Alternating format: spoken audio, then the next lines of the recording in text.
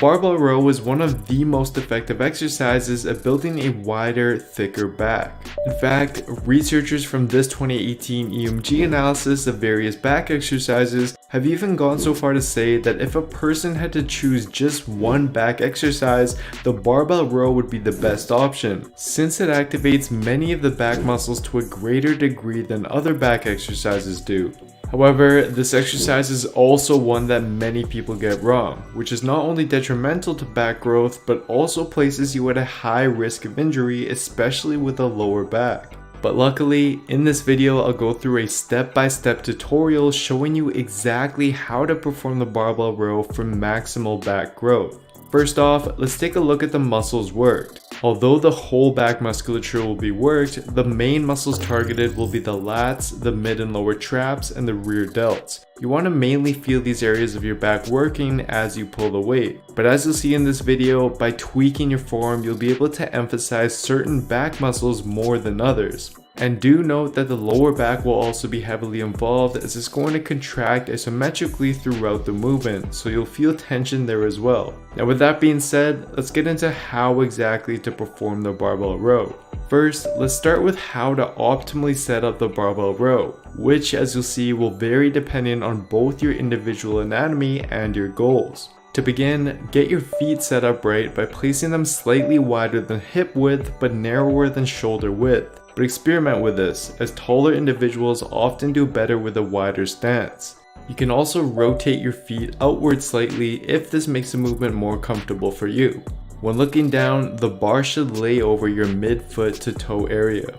Next, it's time to grip the bar. As a general rule, grip the bar just outside the width of your knees, but you definitely want to experiment with a slightly wider or slightly narrower grip depending on your goals and what feels most comfortable for you. For instance, a wider grip will enable you to both pull the bar higher towards the sternum and flare the elbows out more, which will as a result hit more of the traps, the rear delts, and your overall upper back musculature due to the greater transverse extension involved. Whereas a narrower shoulder width grip will enable you to both pull the bar lower towards your belly button and tuck the elbows closer to your sides, which now puts the lats in a more mechanical advantageous position due to the greater shoulder extension involved and therefore prioritizes its development instead. And similarly, as for whether you should grip overhand or underhand, an underhand grip will enable you to tuck the elbows even closer to your sides and hence prioritize the lats even more. But it does come at the cost of greater biceps involvement. And as shown in the following graph, this was actually analyzed and confirmed in an extensive 2010 𝐄𝐗𝐏𝐄𝐒 analysis by researcher Brett Contreras. Therefore, what I'd recommend is either perform the variation that targets the muscles you'd like to prioritize the most, or simply perform a couple sets of both variations for the most balanced back development. In any case though, you want to avoid going too narrow, as this is going to cause your forearms to come out of proper alignment and lead to increased wrist and elbow stress. And at the same time, you want to also avoid going too wide to the point where your elbows have to excessively flare out. In this video, I'm going to stick to using a wider overhand grip, but just note that the same steps and tips apply for whatever grip variation you choose to use. Next, we want to get into the starting position of the row, and we do so by first deadlifting the weight up into a standing position, making sure to keep the back neutral as you do so. From here, push your hips back out while just very slightly bending the knees while lowering the barbell down. You want to stop at the point where it feels like your hamstring flexibility limits you from going down any further without rounding your back. For most people, this is going to be somewhere around a 15 to 45 degree angle as shown here. But as your flexibility improves and you become more proficient with the movement, you can gradually attempt to get more parallel to the ground for a greater range of motion to more effectively work the back.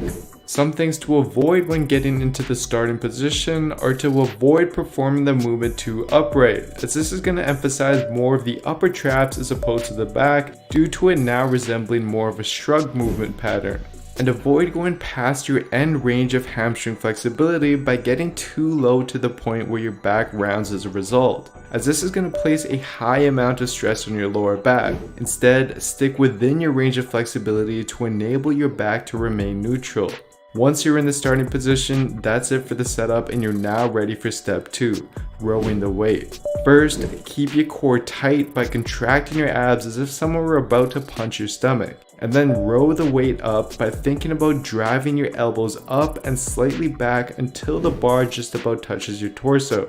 And as mentioned earlier, if you're using a narrower or underhand grip to emphasize the lats more, the bar should touch lower on your body around the area of your belly button, and your elbows should be tucked closer to your sides. Whereas if you're using a wider overhand grip to target the upper back more, the bar should instead touch higher on the body around the area of your sternum, and your elbows should be at roughly a 45-degree angle. Regardless of what variation you perform though, as you row up, you want to squeeze your shoulder blades together, and at the top position, your hips, back, and head should all be aligned like so. Some things to avoid as you row are to avoid pulling the bar too high and flaring the elbows out, as this shifts some of the tension to the upper traps and rear delts instead.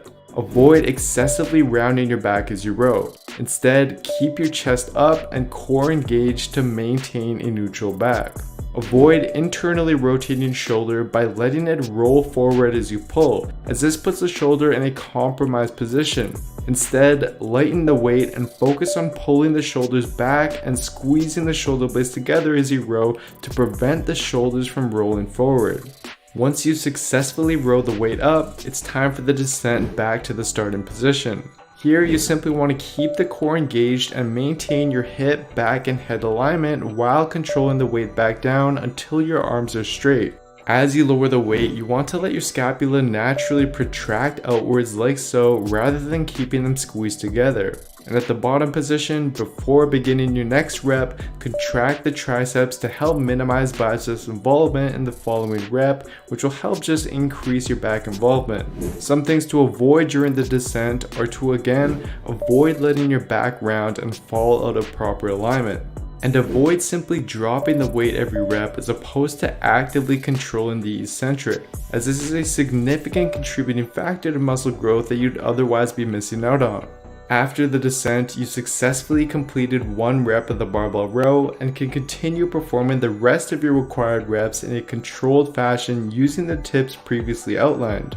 So now that you've learned how to properly execute the barbell row, here's some additional tips that you should also be aware of.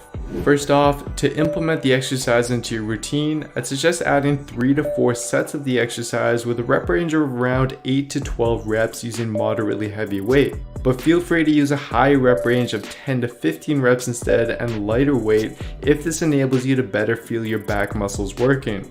If you find that the barbell row is too straining on your lower back, a modification you can make is performing it off of a rack instead and letting it rest on the rack after each rep. This simply helps reduce the demands placed on your lower back and can often help you better work your upper back muscles as a result. I hope you enjoyed the video, guys, and just remember that it's key exercises like the barbell row that are great for building muscle, but its effectiveness relies completely on how you perform it, as this is going to prevent you from injury and enable you to build muscle faster and in the right areas.